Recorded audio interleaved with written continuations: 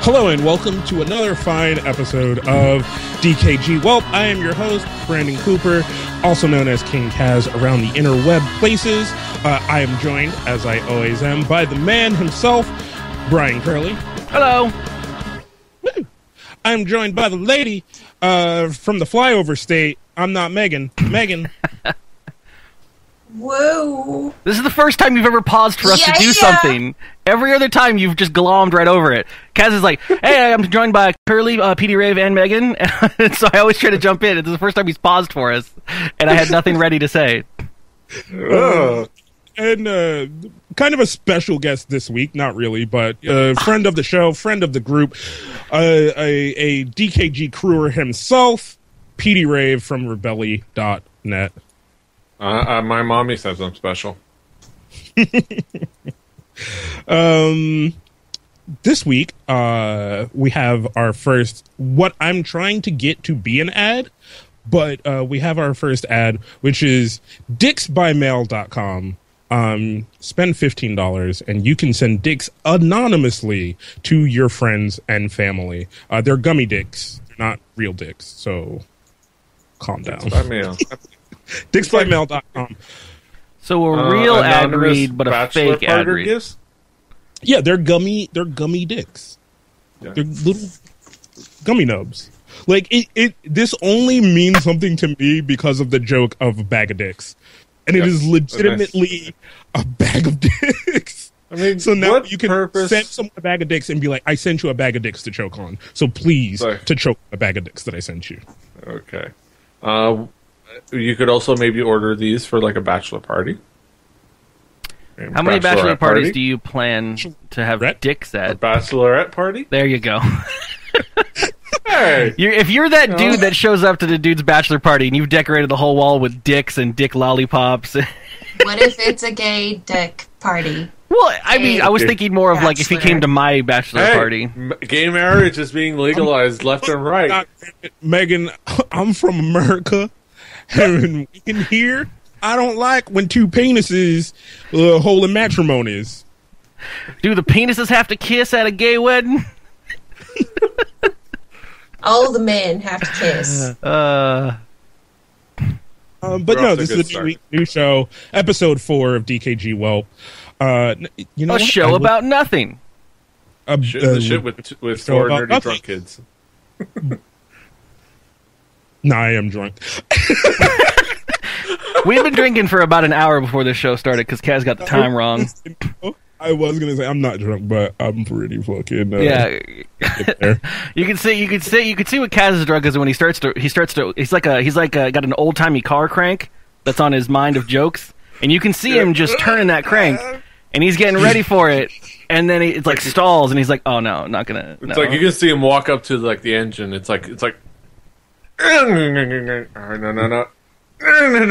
Oh, this joke is coming. Oh, damn it. Just wait. You just wait. We're going to be on the road in a minute. I'm telling you. It's going to be fucking good. When we get there, oh my God, when we get there. Speaking of when we get there, my favorite segment, Newsbag. Newsbag is a bunch of headlines and news that are from shit that I pulled off the internet and I thought was interesting and worth talking about. One of these this week is from Petey, but I'm going to start with the first one in here.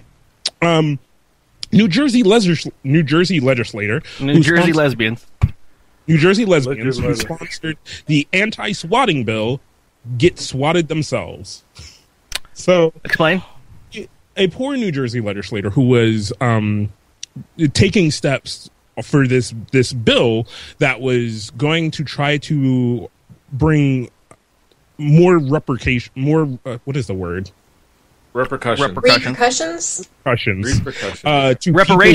reparations. Who would do swatting, which was the thing where you would call the police to somebody. Namely, it would happen a lot to streamers, which is why I thought it was rather interesting to bring it up during the podcast. It would happen a lot to streamers and people like that, who was trying to pretty much make this a more like a finite thing that if you did this, you got in more trouble. The gentleman himself got swatted. So in October, Paul Moriarty stated in his intent to pass the law that specifically punished the slick and disturbing act of swatting. That bill has not yet been passed, and its loudest proponent got another reason to back the bill, which he got swatted himself and was the victim of the thing that he was fighting against. Yes. Yeah. I have to ask, what was the goal here by these people? Did they want to give him more of a clout? Like, because this basically gave him more fuel. Like, this gave him... Right. This just gives him more fuel to go after these people who are doing these things. So I'm not sure I understand the troll, you know? Unless he did it himself. Oh, shit. No, I mean, swatting's a pretty fucked up thing. I mean, House of Cards. Bah, bah, bah. It's up there with the shit that, like, the punishment has to be so much higher than you'd originally think that the crime would fit, because it's something that is so abusive and so easy to do, and so fucking resource intensive and screwed up. Like, just like the idea of stealing mail is so easy, but like the crime is like a fucking felony, you know, because it's just so easy to take someone's mail, and so the crime has to be bigger. Swatting's fucked up. I mean, ties up resources, really can get people killed, and it has gotten people killed. Animals have been killed because you don't know. You go into a situation as a cop, and you're like told, like, there's some fucking crazy guy in here with hostages, and he's ready to fire, and you know, you've got to, you know, well, because the military has tanks now. You roll up in your tank, and you know, someone's like, "What are you talking about?" And they get pissed off or whatever, and you, I don't know, you shoot, you know, whatever. Even this person, Moriarty himself, said in his statement to the New Jersey .com, what? That's not a paper. If this particular joke, this particular joke is not funny, because someone is going to get seriously hurt or perhaps killed in one of these engagements, that can go very, very wrong. What I'm actually interested in the story is not the fact that he got swatted. We shouldn't laugh at that, even though we are completely. Well, we're laughing at the people who are like. Is his bill actually proposing to a way to do anything, or is it just putting at fines and jail time? That bill. That's all it's ever going to be. Yeah, fines and jail time, which is fine. Which, I mean, that's all anything is. What yeah, it's else, a fine. What else is there? If caught, penalty. False public alarm. The fine can go up to $150,000. So false public alarms, except as otherwise provided in subsection B or C of this section, a person is guilty of a crime of the third degree if he initiates or circulates a report or warning of an impending fire, explosion, crime, catastrophe, or emergency, knowing that the report or warning is false or baseless and that is likely to cause the evacuation of a building, place, assembly, or facility of public transport, or to cause public obedience alarm. A person is guilty of a crime of the second degree if the false alarm involves a report or warning of an impending bombing, hostage situation, or person armed with a deadly weapon as defined by things and other things.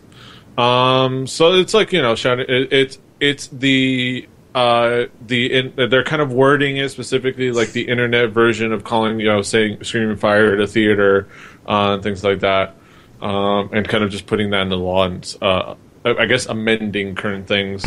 That's cool. It's as technology changes, you need to redefine and clarify things. That's cool. Yeah, I'm in. Don't ever send anything but pizza to my house, people. Exactly. Right. Can you get pizza delivered to a P.O. box? That would be beautiful. I mean, it'll still be fine in there. Wouldn't the people at the P.O. box place just eat your pizza? Let's not go there again. They'll call you? Like, would they call you? Would, like, they... They'd be like, hey, asshole, you got fucking 12 pizzas here. Can you come get this shit? What I just want is I just want a mail proxy. I had to tip the guy out of my pocket. God damn it. Come get your goddamn pizza. You know what? There are 11 pizzas now. That's good times. How's that cat, Kaz? He just fucking pissed on a box. Carry on. Yeah, we'll go the right story. So our next story is more about service than anything else. YouTube is thinking about / going to, because they're not give a fuck about your thoughts. They're moving on to a subscription model to get rid of the ad model, in a sense. So YouTube is contemplating adding a $10 subscription model for creators, as they like to call them, to add to their channel so that you could subscribe to them. You can get early access to videos. They could put videos behind a paywall if they wanted to, so that only their subscribers could see certain videos, blah, blah, blah, blah, blah, blah, blah. And you can watch that channel's videos without ads. Yeah, it's like an overall subscription service that they want to add that they'll kind of dole out revenue based on views and things like that. I apologize to everyone because I did take this story from Bloomberg, and there's an autoplay video of a fucking leather-faced fucking woman talking about, I watched the video of the guy falling on ice like 100 times. Are you telling me I have to pay for that now? Like, just saying the most irrelevant fucking shit. So would you pay $5 to Bloomberg to not have to watch their ads before you're? I pay $5. I have $5 right now to get rid of that leather-faced fucking woman. So Meg, you make content like would you? I like the way YouTube's doing it, where they're letting you choose how your audience would react to it versus just going, "This is the way we're doing it now," you know. But like, would you want that for your like YouTube content? Would you think? You pose this question to me, but it's not like I have anything I would expect anybody to pay for to begin with. So I'm just sort of fine. You do. Let's say I think you do. Meg's Flimble Flamble on YouTube.com is like one of the hottest fucking shows out there right now, and YouTube's like, yo, switch to our new service model. People pay $10. We take 5 or 6 or 12. I mean, I guess I'd prefer to like let people have individual options. Like people can still just stick with like watching ads, or they can, opt. That's like I would say the kind of the way they're doing it is they're letting YouTube users decide if they want to do a subscription, kind of like how they have Music Pass with the Google Play, so you can watch like music videos ad free. So, or you can basically do that, but for all your videos, and then rather than the ads generating revenue for the the YouTubers, they let the subscribers kind of have that dole out that subscribers' money as as it is appropriate. I'm actually constantly amazed, even though I live in this world and I work in this world. It seems like the whole industry as a whole, the whole entertainment industry, from basic television to stuff like this, to down to the little individual artist that's making physical art and stuff even, but showcasing it on the internet. There's been a big shift in regards to. I remember there was a time period where there was like you talk to anyone and there was no way that entertainment content is going to make any money based on anything but ad revenue, passive ad revenue. Everyone, I mean, TV works on that completely for the most part until they started doing the high-end subscription stuff. But the main chunk of television, multi-billion-dollar corporation stuff was all ads. It's all selling ads on free content that they send out. And the internet model kind of went with that because that was kind of the way the old model worked. But now with this, the world is slowly shifting over to realizing that people will pay for content that they fucking want. And people will make followings. And especially with the way the internet lets us be closer with all the people, you actually you make relationships with people. Like, how many people would fucking like subscribe to a Markiplier or a PewDiePie and just give them $5 instead of just trying to get 10 cents for every 1,000 impressions or whatever the fuck it works out to be. I think though it's technically not the way they're going, but I think that would be cool too as well. If you could even do individual channels. I mean, if you think about it, I know a couple of YouTubers who will try to like supplement their YouTube money with like selling T-shirts and stuff, and they probably don't really give a shit about selling T-shirts, but it's just another like form of revenue for them. So maybe YouTube's like, well, we'll just make it easy to get our cut too. I love T-shirts. I live in T-shirts. That I can show you. 4 other people get. Like, I love that. Well, the trouble with doing all the paywall... These 3 drawers are filled with t-shirts. Oh, sorry. The trouble with doing all the paywall stuff is you obviously lose out on the drive-by new fan. But if you've got the initial fan base, I can tell you what, man, the curated people that actually do support you and like, so I've been working around some of the guys who pay to hang out with the Steam Powered Giraffe kids, the kids that pay to be part of the club and stuff like that. Like, they get their own separate chat and all that stuff. And the same thing that works with, if anyone ever watches Video Games Are Awesome live, the FFS TV or whatever it's called on Twitch, those guys, their chat on their screen is their own website chat. Like, they roll their own shit. And the same with the Diamond Club. The people that you get a chat that's like, or you get a community that's based on people that actually give a shit, and you don't have any of the drive-by bullshit, you don't have any of that stuff. And there's a benefit to that. There's also, you lose the large group of randoms that could come in, or the people that can't or won't pay, which is I think fine. That's interesting. Though I think what should be pointed out again, it's not individual subscription models. It's people are going to be able to subscribe to YouTube. And then that revenue is going to be doled out. So you don't subscribe to specific channels. Though there is some interesting stuff that you subscribe to YouTube, but without ads. Kind of like Hulu versus Hulu Plus, except Hulu Plus has ads. Crispy's complaining about people coming to your house to set up analog channels and all that bullshit when it's all digital and they just click a button. I love that they still charge you. I was talking with my cable installer when I moved over here. And I was like, hey, whatever. The whole story is I need everything transferred, but I need it to be done as quick and seamless as possible. And he's like, hey, no problem. You have the same internet, and you're moving the same internet to a new place, and you have your same equipment. Really, all I have to do is click one button, and it's done. And I'm like, sweet, that's going to be so quick and so easy. And then he's like, after this whole conversation, and he's like, okay, everything's checked out now. You should be fine. And he's like, all right, just so you know, you'll have a $30 installation fee on your bill. And I was like, you son of a bitch. You son of a bitch. you dirty old nasty man. And he was like, I'm sorry, it's policy. The other day, I had one of the Comcast representative guys, and we talked about this in the back chat a little bit, but here we still have the door-to-door salesman. So... Not once, twice, in the span of a week, did this dude come and knock on my door, right? So the first time, it was just straight up like, nah, we're no, not waiting for him. No, thank you. It's just like, I don't want to deal with Comcast. Like, you're good.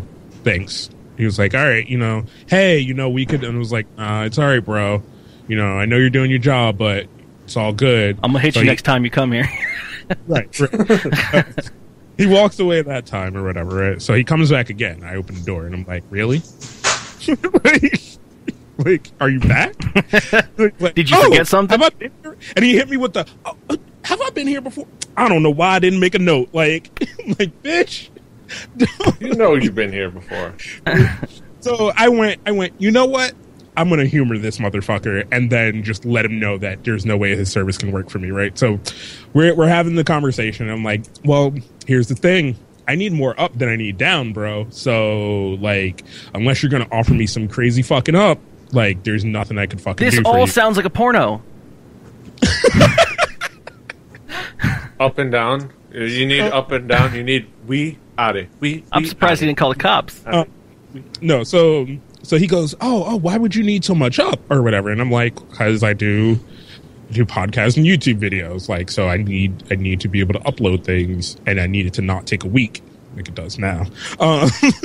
He's just like, honestly, if you went with Comcast, and he starts trying to turn the wheels, like you said with me, with my jokes. He's trying to turn that wheel in his head of how he can spin it, and he couldn't. And I was just like, yeah.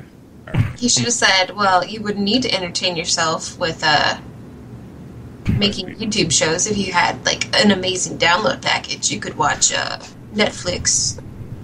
I had one guy just he would not shut up about how I needed to pay $70 a month to get the Smithsonian channel or something. And I'm like, dude, I can hardly eat right now. You got to take care of the chitlins, the lower needs on the totem pole of stuff before you get that Smithsonian channel at the top of your Smithsonian pyramid. channel or food. And I mean, like back to the YouTube thing specifically, like with another, what they're saying at the moment is $10 subscription. Like, I'm already subscribed to Netflix. Like, if you're also have like Hulu, for me, I also have Crunchyroll because I like to watch a lot of anime. Like, it's starting to get to the point where it's like it's starting to equal that cable bill. Like, yeah, but you're a la carte, so also, you have all the channels and the content you want. Everything you want. You're not like paying for a bunch of shit you don't want. You're paying specifically for what you want. You were around in the days, Kaz, where you just had fucking 300 channels that no one watched, and you only watched fucking Cartoon Network and fucking maybe MTV if it was on. I only watch Cartoon Network and ESPN. Yeah. Like I used to program out every other channel in between. Literally, I turn on my TV service for baseball games. Period. And that's it. Like everything else, I watch the next day on Hulu Plus, or I watch Korean dramas on Drama Fever. Like, I do not watch TV. I don't need live TV. Luckily, I don't pay for TV because I live in somebody else's house. So. Yeah, I don't know. It's a cool idea. It's a cool concept. As long as the money is going to the right people. Well, what it exactly comes down to is they're getting in on what Twitch figured out and what everyone else figured out before Twitch did, is that fans in this age that we work in, where everyone can feel connected to their entertainment, will pay for closer connections and entertainment and content. And there's no reason, in their opinion, there's no reason why ads or something like that. Yeah, there's no reason why Twitch can't take money off of the top of that, and there's no reason why YouTube shouldn't take the money off the top of that. That's from their point of view, obviously, and so they're just trying to get paid. My fucking $5 didn't get to Bloomberg, and they just fed me a fucking ad. In a world where ad block is so easy to install and so easy to circumvent ads. There's got to be new models that come out, and I personally like it. I love directly paying and supporting artists. I do. It's so much more engaging to me than any of the other types of support that I've ever seen for anything I've ever been entertained in. It's I know that with this subscription, anytime you watch somebody you like, you're at least giving them something without having to do ads or something like that. It doesn't feel as good though as dropping $5 on someone and then watching a fucking. So hopefully, maybe they'll implement that. Hopefully, or something. So like that. And with this thing, right? Does it mean more to have the YouTube subscription, or does it mean more if somebody has an Indiegogo, a Patreon, a Kickstarter? They're working on the it revenue means from more it. For the Patreon. The Patreon, I think, is a little more direct than what YouTube is doing. It's all percentages. I mean, you have to figure out how it works out and ease. Patreon's great and all, but you do lose a lot because people click to an external website and it's out of the experience of the main content. Yeah. If you could get, like, for instance, if you could just, there was a button on the screen where you could hit Patreon and it would just immediately take it out of your fucking PayPal, much more people would do it. But to go to a different website, to make an account, to log in, to all that bullshit. So yeah, but there's no one that's going to be able to gauge that except for the actual individual user, because everyone's user base is different. And I think we've beat this story to death. I'm going to let Petey head this. Oh, no, Megan, please go. I'm just always happy to see people innovating. Maybe some year Twitch will catch up to that too, but I don't really give a shit what they do right now. Very well. Different ways to make money without just fucking bombarding people with ads. Whatever. I'm all for that. Mm-hmm. All right, so I've got this next story Petey put in here, so he'll talk about. So, who wants a free house by the sea in Japan? Anybody? Is it? All right, everybody, come into my office. Are you selling me a timeshare? Is that what's happening? I feel... No. There's a spread of bagels on this table. Come and get a free house. Enjoy the bagels. Enjoy the scones. It's just the scones. I have little jams right there, preserves.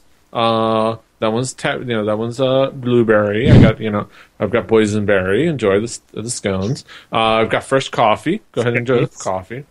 So I'm here to, I gathered you here for this great opportunity. It's a great opportunity, exotic locale, great real estate opportunity for all you guys. There's this house. So it's a wonderful little house. It's on the sea. It's close to the sea in Japan. You can actually see the ocean from your window. It's a very traditional household out in the rural areas, away from the hustle and bustle of the city. It's and let me catch you with this. It's absolutely free. Now, a one down payment of. Now, there are some drawbacks, which is understandable. Obviously, there's nothing in this world is free. There are some drawbacks. All right, just minor things. Just minor things. Do we have to hunt the girls? Is this the house? I'm trying to figure out why my ad block isn't blocking Petey. There are some drops. No, it's not haunted. I know you've heard stories about Japanese houses or like murder houses or haunted. No, this is a perfectly good. No murders, no deaths, no suicides. It's just an older house, just kind of been around a little bit. The owners haven't lived there for a little while, so it's a little, it's a fixer-upper. It's a little bit of a fixer-upper. It's a traditional Japanese house, no real heating, not insulated in any way whatsoever. It's also inaccessible by car. The roads are a little, windy. You have to kind of park about, about 20 square meters. No, about, let me see. No, not 20 square meters. Well, you have to park about 492 feet away. Just a little bit away. You have to walk a little bit. There's some stairs. The house is a little old. It's kind of a fixer-upper. You kind of have to probably spend a few tens of thousands of dollars on repairs and upgrades and things like that. But it's still a beautiful house. Also, it's only about 20 square meters, 215 square feet. It's kind of a small. It's a cozy. It's cozy. It's cozy. Not the fucking rock climb to get into this fucking house. Jesus Christ! Hey, it's an adventure. This thing is on an adventure. This thing is on a death hill. What's the internet like? There's no internet really per se. It's Japan. There's fucking fiber somewhere. No, this thing is on a death hill. In rural Japan. It says accident site properties. No, it says it's not one of them. Hey, it's not one of them. Hey, no, so not at all. Story of this. So of course people are going to say there's nothing to pre-launch. It seems like the warning should be just as applicable to houses. We were all set to call the Ghostbusters to investigate it, and they say this is on Rocket News, who are a usual regular contributor on Hallyu Juku. We like to pull stories from them. There's like we said, it's rural Japan. It's in rural Japan. There's no, the Tokyo may be crisscrossed by trains and subway lines. In rural Amakusa, you need a car to get around. It's out in Amakusa. Unfortunately, the free house is surrounded by a labyrinth-like network of streets too narrow to drive down. So you have to park about 150 meters, about 492 feet away. Then kind of snake your way through a maze. And while you don't have to fight a minotaur along the way, a little joke, you will have to climb the stairs. Can we set up traps and turn it into... Literally drawing a minotaur's maze right now. Can we turn it into the Enders? Can we take Megan's map and make that the thing and just sit on a hill and laugh? The owner moved out about 10 years ago because he didn't want to deal with the hassle anymore, and the house has been vacant ever since. So it's been left alone for about a decade, so it needs a lot of repairs. But it's a free house. So what do you guys think? They're just like, well, fuck it. If you want it, it's yours. It's like, just go. Just show up. It's actually listed. So it's like... they should, you know what? I say in the next couple of weeks, this is the new Japanese game show. Can you get to that house? If you get to that house, it's yours. I mean, what we do is we do a king of the hill. Is whoever gets there first is the king, and then everyone else has to dethrone the person. Yeah. And everybody else has to fix it up. Everybody else is involved with the actual repair and fixing it up. Then you realize once you've won the mistake you've made. Okay. People like HGTV.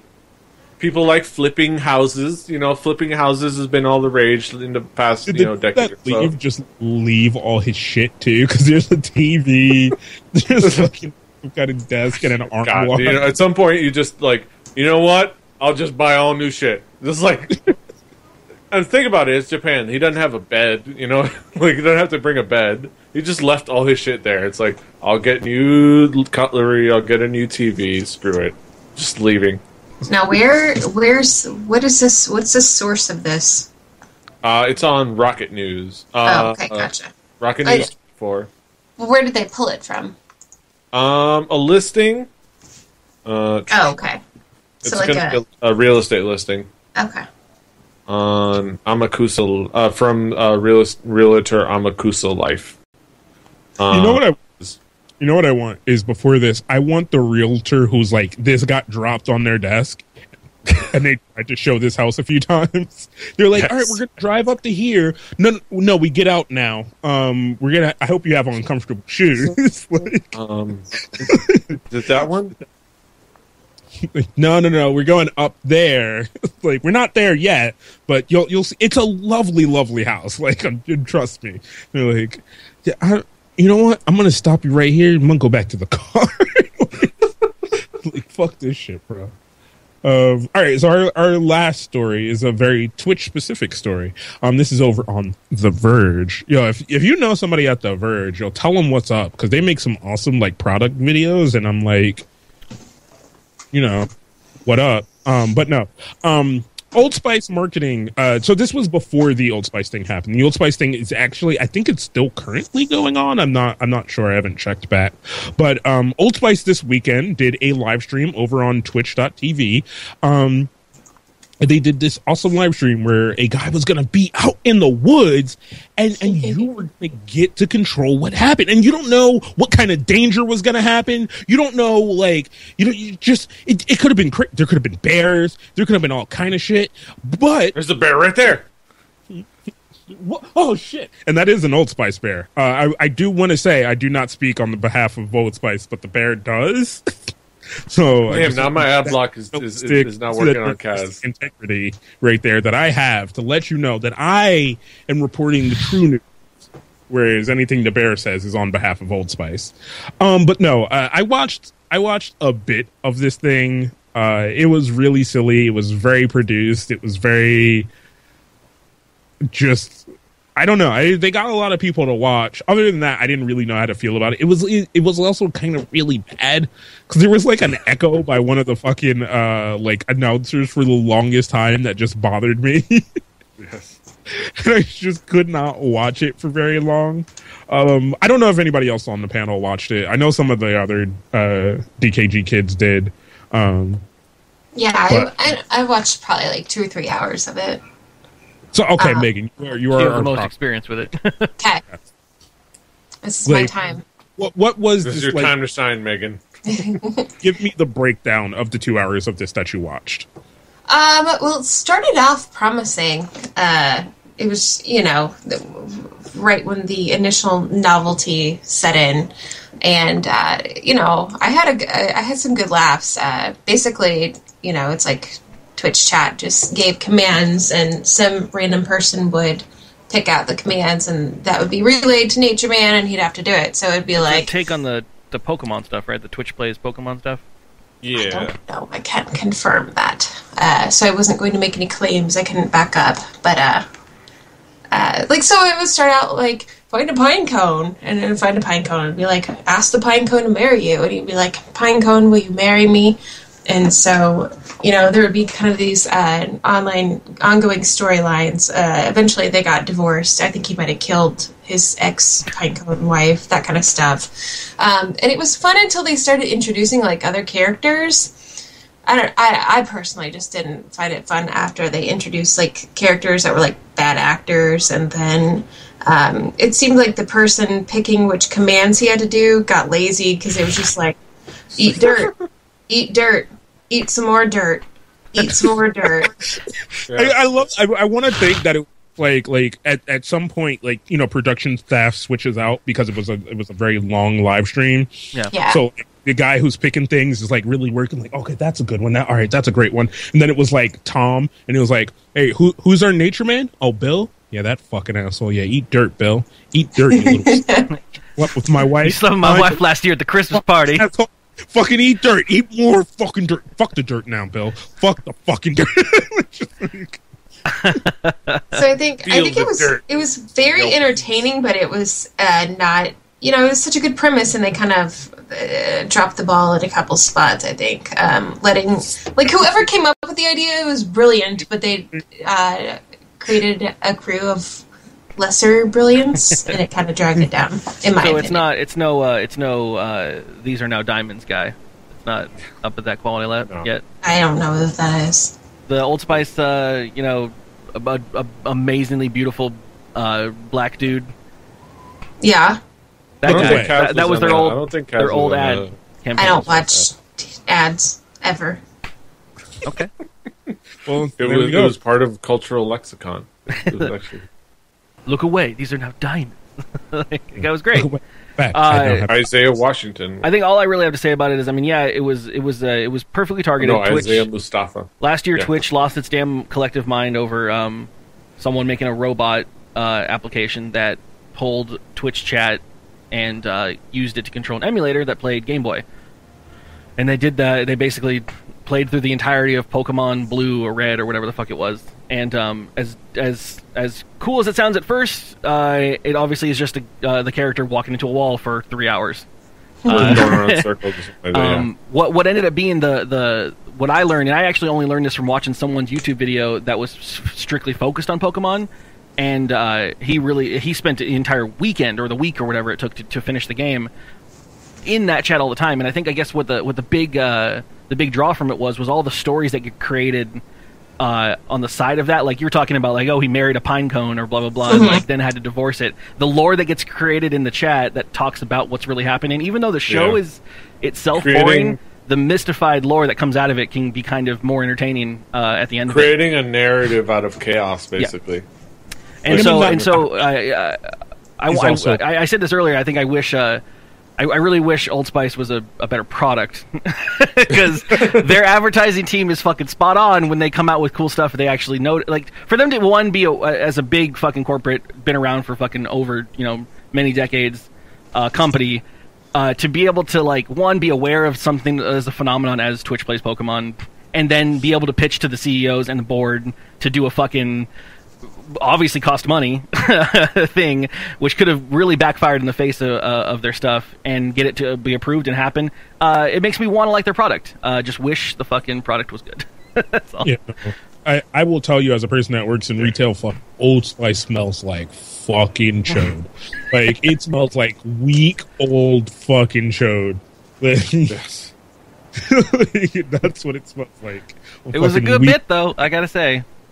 I do. I think I have that same respect that you just talked about. Like, their advertising team is fucking genius. Like, there's some fucking people there that are not getting rewarded enough in life for the things that they are thinking about and the things that they are doing. Like, it's just pretty fucking amazing, because it all comes on that heel of Axe came out, and Axe was this not better product, but better advertised product. And Old Spice was always this thing that was marketed as, like, kind of the old man smell, in a sense. And it was that fight back in advertising to be like, no, we're young, we're hip, we got it going on. Like, we're irrelevant and relevant all at the same time. And then that's what they got. Oh, and as they say in the chat, this is something, on Twitch, it created a lot of new global emotes or whatever. I'm pretty sure they probably fucking laid I'm not down. terribly impressed with Twitch global emotes. Yeah. 20 by 20 pixel PNGs. It doesn't. I'm sorry, it's not like. Oh man, how is Twitch going to come up with the resources to run those global emotes? Thanks, guys. Running on a fucking Dell. Maybe make your website work at 5:00 on Sunday. I don't know. Yeah. Shots fired. Damn it. That is pretty much Newsbag for this week. Those were all the news stories. Pretty good news stories, I say so myself. We're going to move on to some other things. Namely... You cut my story, Kaz? No. I'm fucking leading into it. Okay. Fuck, dude. Let me do this. It's called tease, Curly. It's called segue. I had my keys in my hand. I had them all poked out. I was ready to fucking fight. Rape is not an option. No. So we usually have different segments, but this week Curly has a story, and Curly wanted to. Sorry, Jack just killed me. But Curly had a story that he wanted to tell to the group and to the live stream. So this is our very special episode of dkgWELP.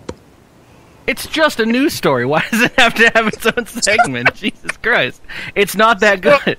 Are you just that surprised that I put effort in? The very special thing just popped in my head because of what we were talking about in pre-show. You know, everything has a very special episode. No, just this came up, and the reason I wanted to bring it up was it's kind of a shitty story, as I said earlier to the people that are on the show, but I wanted just to kind of get everyone's opinion. So I'm going to just give you the facts that I know without my opinion on the matter. And I don't know, let's let you guys talk about it. And one of the reasons this also ties into it is because it's revolving around Titan Souls, which we played on the stream. Yeah. One of the great games that came out, a little indie-developed game, published by Devolver Digital and produced and made by Acid Nerve. So total indie group, I think 5 or 6 guys or something like that actually made it. Coming out it's been coming out for like 2 or 3 years. Really kind of hyped up, but still indie game. No one behind it but Devolver Digital. So it came out.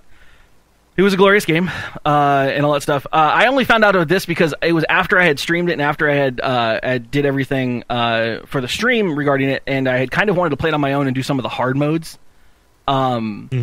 with it, and I wanted to kind of just not have to waste all my time, so I went and looked on the forums, on the Steam forums, to see like what these certain little icons meant, because I didn't want to do something wrong and then waste my time. So I went on the forums, and there was this giant fucking blowback of a bunch of angry fucking, it looked like YouTube comments, which I don't ever really see that crazily on Steam, especially on indie games, especially really, like, I was expecting, like, just a bunch of people like, finally it's out, I love it, blah, blah, blah, because that's what I had been feeling from everyone else in my circles. But it turns out there was some kind of internet kerfluffle going on, which I was unaware of, and I had walked into. So I looked into it, researched it a little bit more. The way that it goes, do you guys know Total Biscuit, the cynical Brit? I have heard of Total Biscuits. Megan, you know Total Bisc?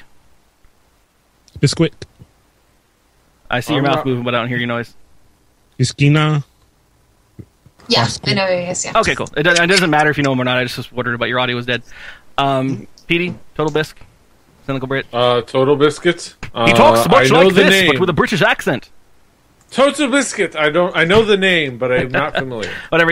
I like the guy. I don't know any controversy around him. Apparently, he's all controversied up because he likes to comment on all the Gamergate stuff. Yeah. When he's not on anything and everything. He's not invited to any of the commentaries, but he does like to comment on things. So he always kind of, in my opinion, has kind of I like his opinion on things, so I don't have any qualms against him. But a lot of people do because you take a side and all of a sudden he's not always he's not always in the majority with his opinion is what I'll say. Motherfucker reviews everything, and he has a great YouTube channel called What the Fuck Is. So W2F is and then the game name or whatever. So great bit, whatever. He reviews everything.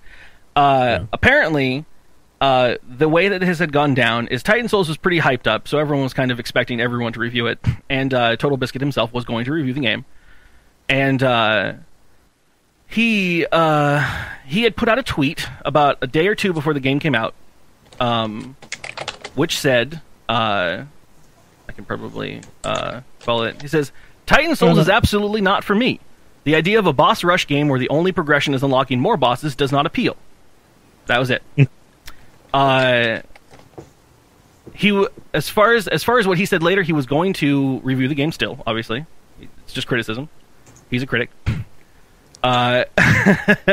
He put that tweet out, and then Andrew Gleason, who's the guy that works on the game, works for Acid Nerve, saw that tweet and retweeted it, and or actually not retweeted it, but he put a picture up of the tweet on his fridge and said, "Hey, look what's on my fridge." And then he put a tweet out that said, "Toilet Biscuit doesn't like Titan Souls. This is the best day."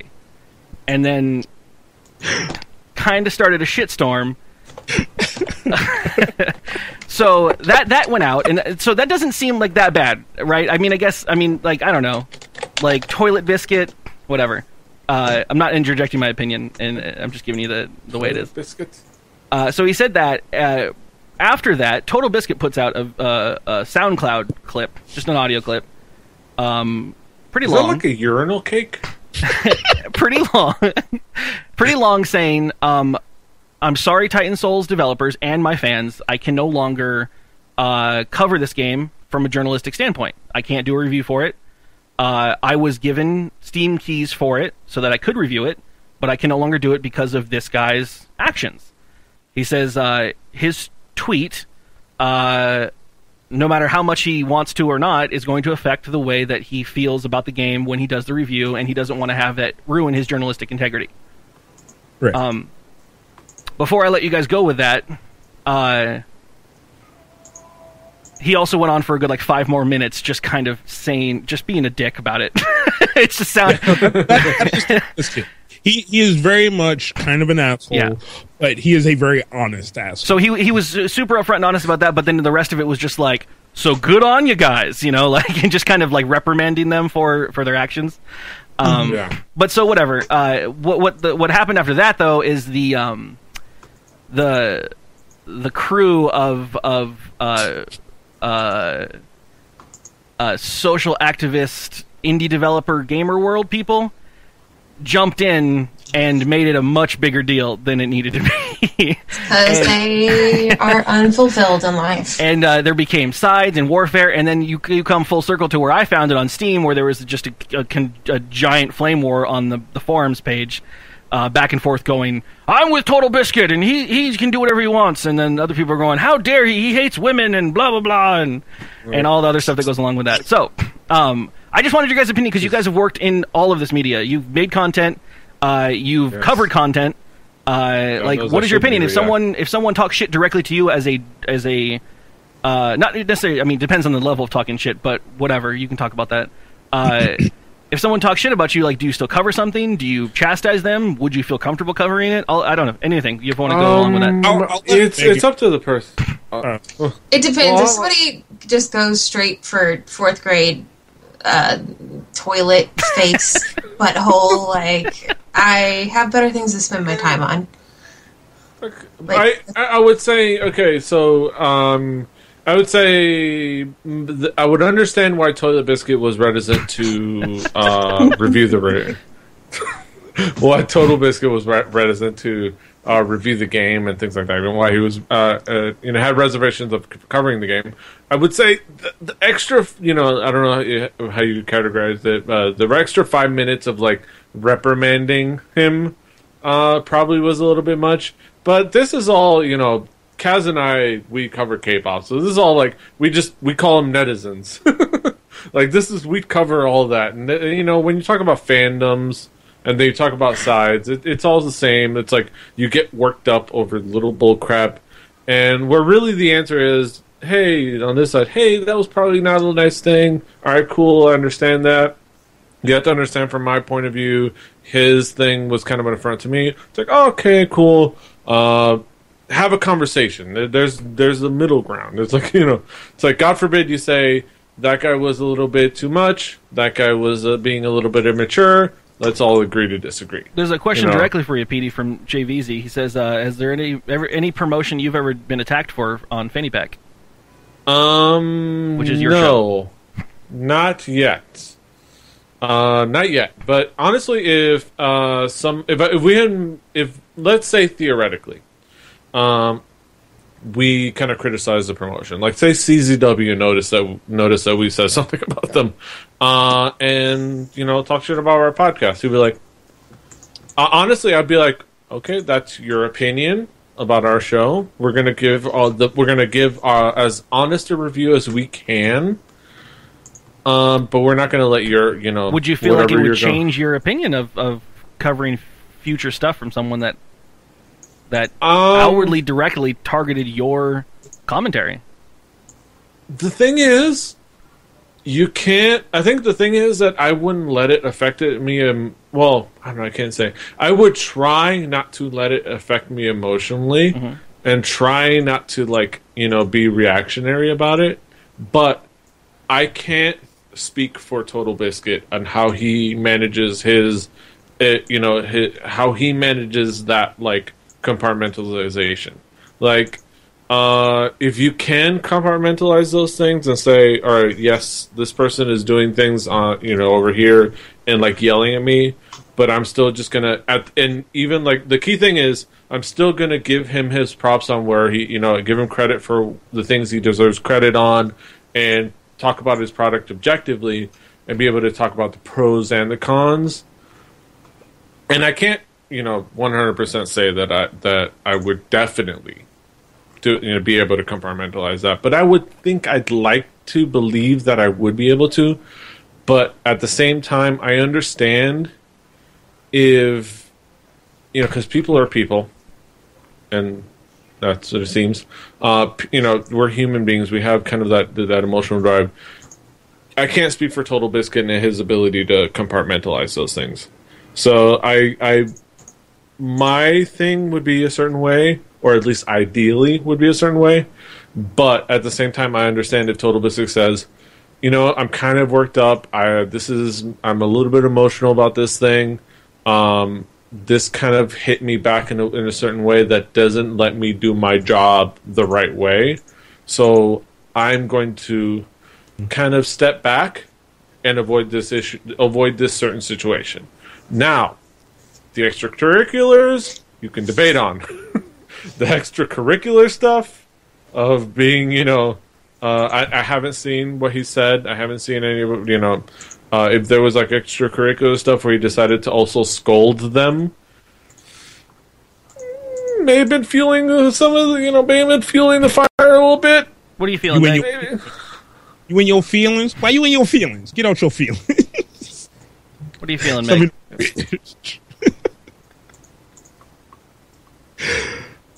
What was the question? Oh, how are you feeling, Meg?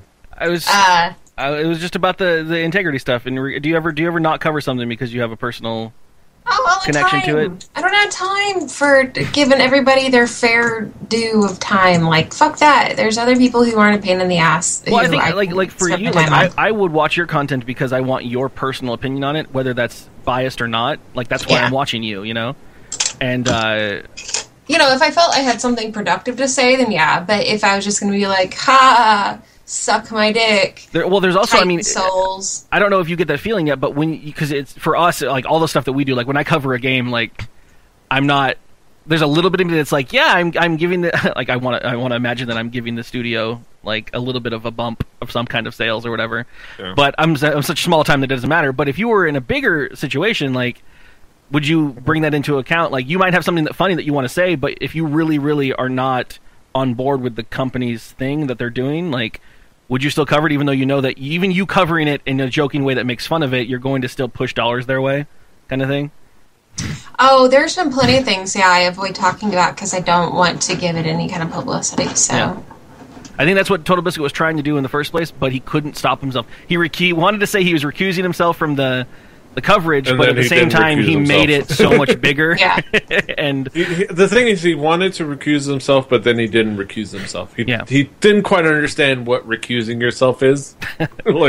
Maybe, that's that's the impression that I get. I feel when it comes down to something that I don't want to cover or I don't want to talk about because I feel like it wouldn't be helpful, I'm really good at doing the thing that other people don't, where it's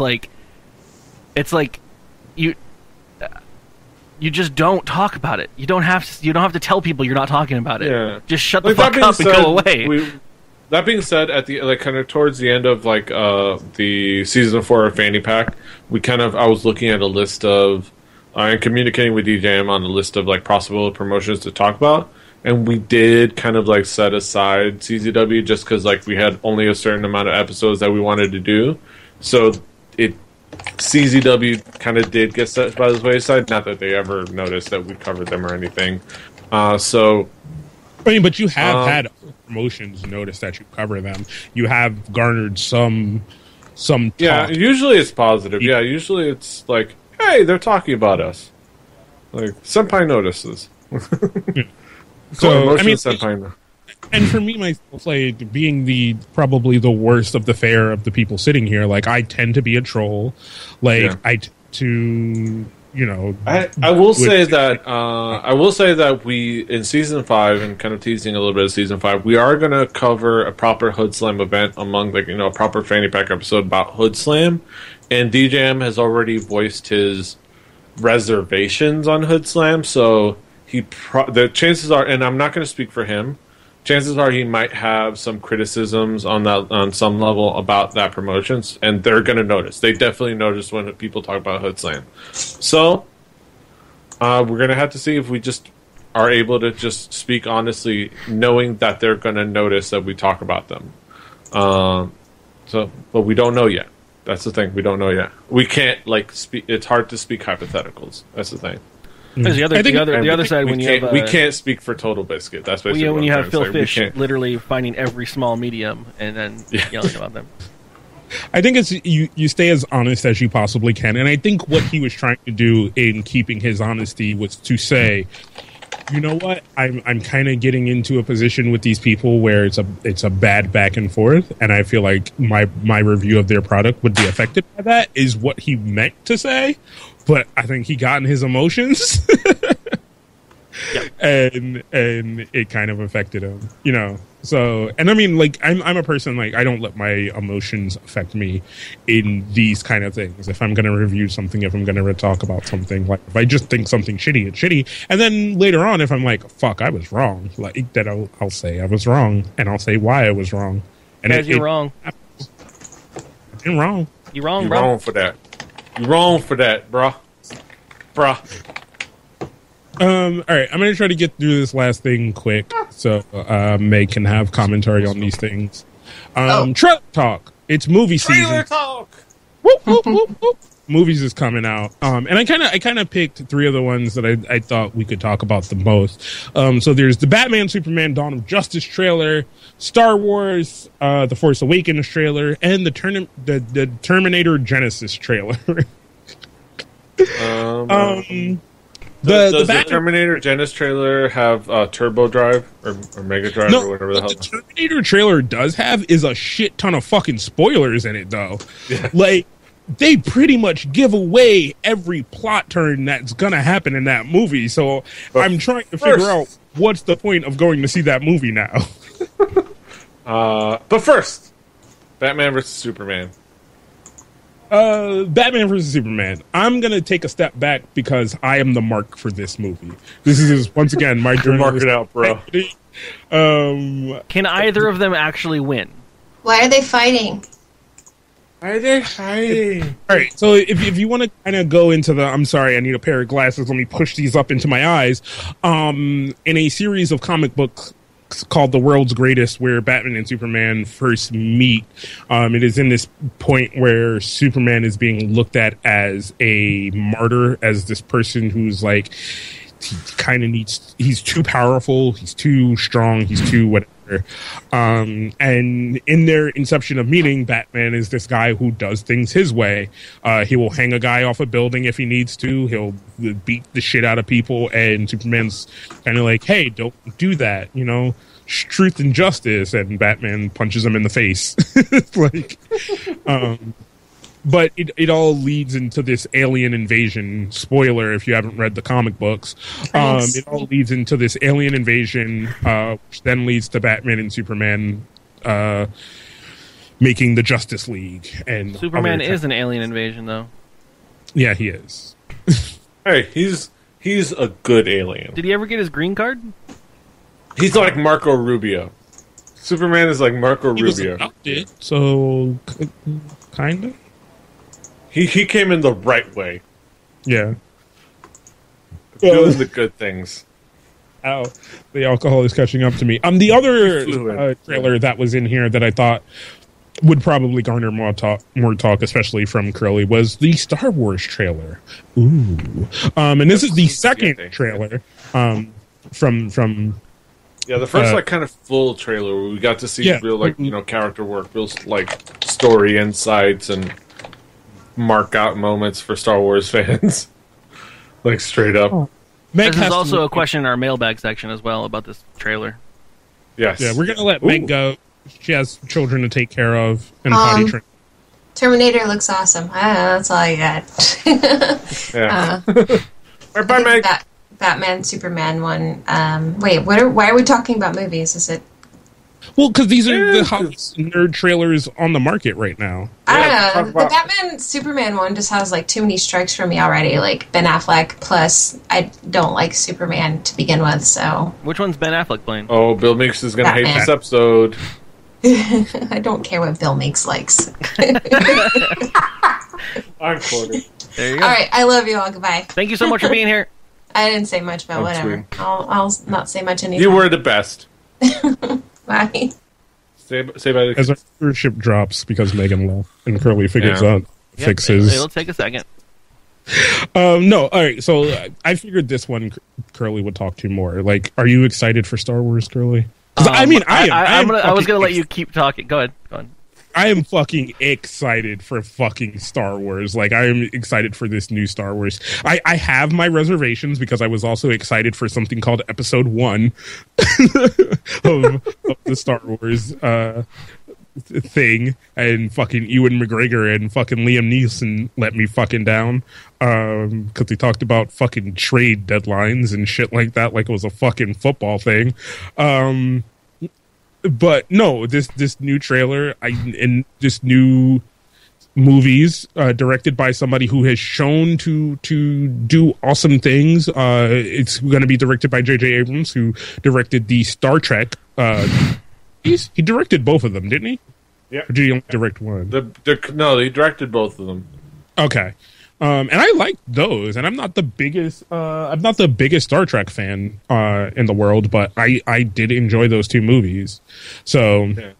The second one had more Star Trek flavor than the first one did, and I liked it. But yeah, he does a good job playing with the properties. Everything about this, everything I see from this new Star Wars is everything everyone loves about Star Wars. It's rough and tumble, broken world. It's practical effects. That droid that they brought out, if you saw the Star Wars Celebration, they brought out that ball droid. And it's a real ball droid that, it balances on a ball. And I was wondering, how does it do it? Is it just goes one direction or everything like that? But no, it just balances on a magnet or whatever, and it's awesome. And it all just feels like proper Star Wars, that broken world trying to find itself, kind of like Star Wars. And of course, you had the Han Solo mark-out moment. It's it's Chewie, we're home. It's Harrison Ford's old ass. Never watched these. Never watched Star Wars? Yeah. Wait, you've never know the plot? I've seen enough and been a part of pop culture enough, but I've never actually sat down and watched the old Star Wars or all right. The new Here's Wars. I love that you were I want to see Curly's thing of it. I would have assumed that you've seen Star Wars. Yeah. The things here's your homework. Curly would have seen Star Wars and been you know what? I would have fixed that in a fucking free market. No. I don't care for it so far. All right, you know what? You're gonna have to. I'm sure they're great. I mean, I saw Spaceballs. That was really funny. How have you seen Spaceballs? Okay, and find that funny, but you've never seen Star Wars. It's a precursor. I even played the MMO, and it was that's a lot of fucking religion and yeah. Star Wars is just religious Star Trek to me. Hey, they turn it into science. Yeah, but it's only chosen science. You can't like.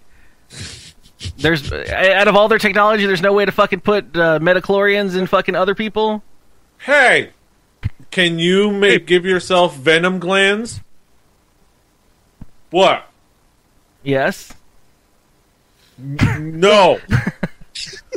You can't. No, I am legitimately like journalistic integrity out of the window right now. Legitimately bad. Curley has never seen a Star Wars movie. So the thing is, it's obviously something I've seen enough of. People watching it. You've been watched the whole movie. It's been on TV, and you haven't seen it. 4, 5, 1, 2, 3, 6. That's your job from now on. Get through those 4, 5, 1, so 2, for the inception of DKG movie night, we know what we're gonna do. Star Wars, ladies and gentlemen. It's just so much work. This is a beautiful moment. This is a beautiful moment because we get to try the because I don't know if anybody's seen that. People have figured out how to properly introduce someone to Star Wars using the original and the prequel trilogy. Mm-hmm. You do 4, 5. 1, 2, 3, 6, or people like to say just 4, 5, 2, 3, 6 and leave one out of it. I don't think you can spoil anything for me. I've seen every meme, and it's a journey. It's kind of a journey, just an emotional path that works a little bit better that way. Even if you know the surprises, it's just a really cool emotional path that works that way. Like doing 4, 5, and then doing the flashback. I know, Tauntauns, I know Mos Eisley, and I know I know enough, right? You know enough to get the reference. Yeah. Yeah. All right. So I'm gonna you've seen the Terminator movies then, right? I've seen the first one and the second one. Yeah. Okay. That's good. That's good enough. You don't really know. All right, so this new Terminator movie is kind of a continuation reimagining of the story.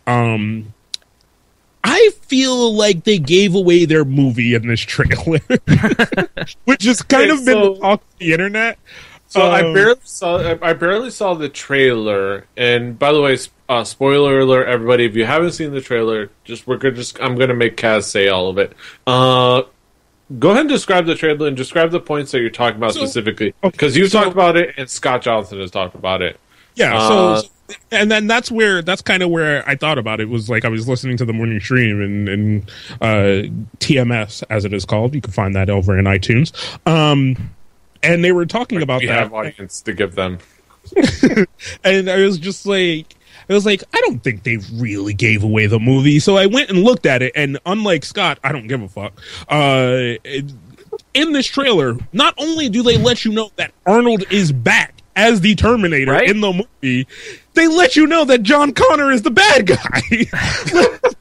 And you're like, what the fuck do I care now? Like, and this is all in the trailer, so this is safe. Yeah, it's all in the fucking trailer that, it's John Connor, and he's like, I have to send someone. What they give you in the trailer, if this is the same trailer that I saw a while back, this is a while back that I saw this trailer.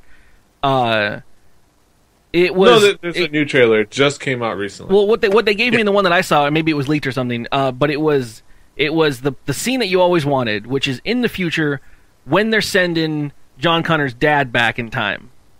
That moment, that culmination moment where it's like, all right, now we're going fucking full circle here. Yeah. And so you're like, yes, we're gonna see that moment, but then like history's changed or something, like it's different because he goes back in time and it's like. Normally in the old ones, like he's the one who's just like, come with me if you want to live or whatever, and she's the one who busts in the door and she's like, come with me if you want to live, and it's badass, and you're like, yeah, this is gonna be awesome. I don't know, I'm still hyped, I guess. I mean, but what like? So if you're into a movie for like, I wonder what's gonna happen, you already know what the fuck is gonna happen. Well, you say that, but you don't know. Maybe there's more. Don't know. Maybe there's more to that. Could be more, but when you to me give away who your bad guy is, when you like you don't straight know up that. like you don't know that. You don't know that that's all there is. How do they get there? Why is John Connor the bad guy? This is true. This is all very true. But I do think and they have to tell you Arnold's back because they got to sell tickets. Like, just you got to give them that.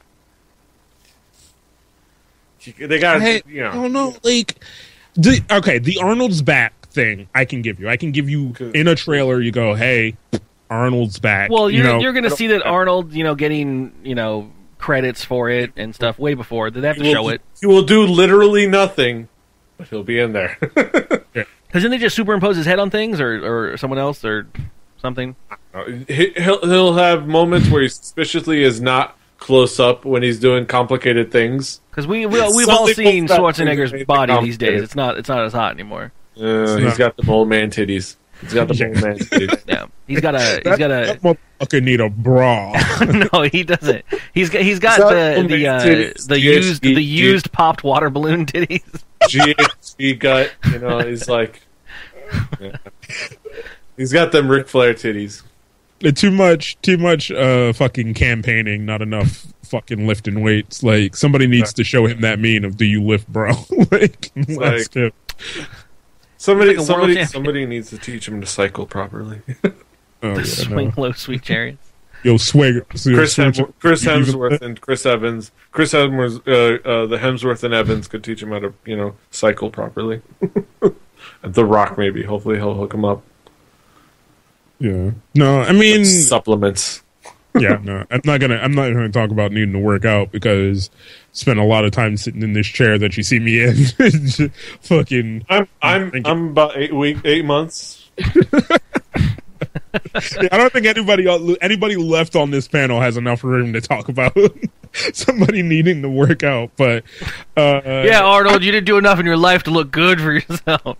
I'm only 30 years old and dying. Like, I don't know. I still feel I had like a spam and cheese sandwich for lunch today, Arnold. What did you eat? Yeah, I did have an awesome fucking grilled cheese with bacon in it, like some provolone fucking cheese. Good shit. Jeez. But no, I think of all these movies, I am exceedingly excited. And also have the most apprehension for Batman and Superman. Yeah. Because this is a universe. No, this is huh? Oh, real quick, Harajuku connection. Terminator has Lee Byung-hun, the guy that got blackmailed by Dohee and the other girl. Also, he was the one in Red 2 and one of the other movies. Lee Byung-hun. He was. No, goddamn it! What was the drama that we watched? Not Air City. It was the other one. I forget. Iris. Yeah. Iris. Yes. Right. Good memory lane with Petey. I was just saying, Korean. I will say I'm the most excited and have the most apprehension for Batman and Superman, because as Megan said, what is his goddamn name? The dude playing Batman. Ben Affleck is very, very, very hit or miss for me. Like, there are times where he's very a great actor, like, holy shit, he's a really good actor, and then there are other times where I'm just like, holy shit, who fucking let him be anywhere near a movie set? And the one thing I will already give them in this trailer, they do have the kind of the raspy voice Batman thing, but it's so much better than the last couple of Batman movies that we got.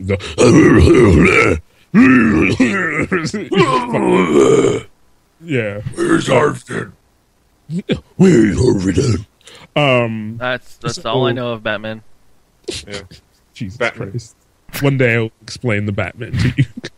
Batman. It's kind of already showed its thing. It's had its movie. It's yeah. You're gonna get more kind of that Superman that you got in the Superman movie. So I'm Superman. I'm very weird about this. I want to be super excited about it, but I'm very, very scared of what it could possibly do. Like, all right, so Petey, which one of these three that I put in here? There are a lot more movies coming out this year too, if for anybody who's into movies. But these were the three I thought were worth talking about. So, Petey, what is your one of these three that you are excited about? Star Wars. I think that's the easy one. That's the easy pick. Star Wars is just the most. Everything is coming up Millhouse. Everything looks good for Star Wars fans. And this is done by Disney, right? At this point. Disney, yeah. Nice. Good for them. Keeping the hype going. Yeah. That one has everything going for it.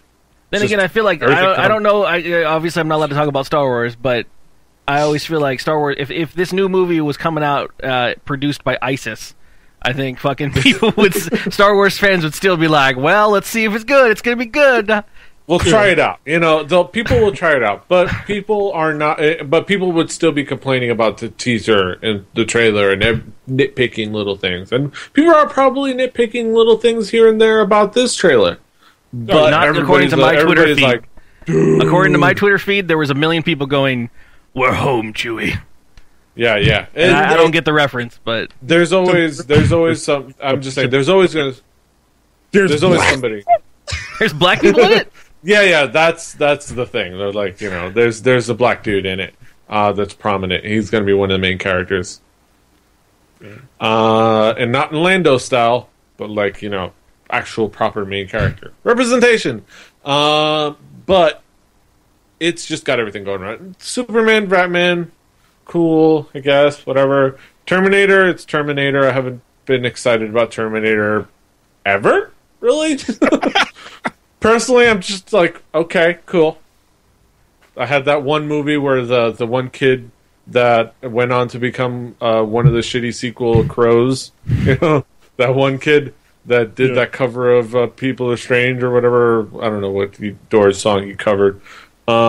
He was in that, and Bud Budnick was in that,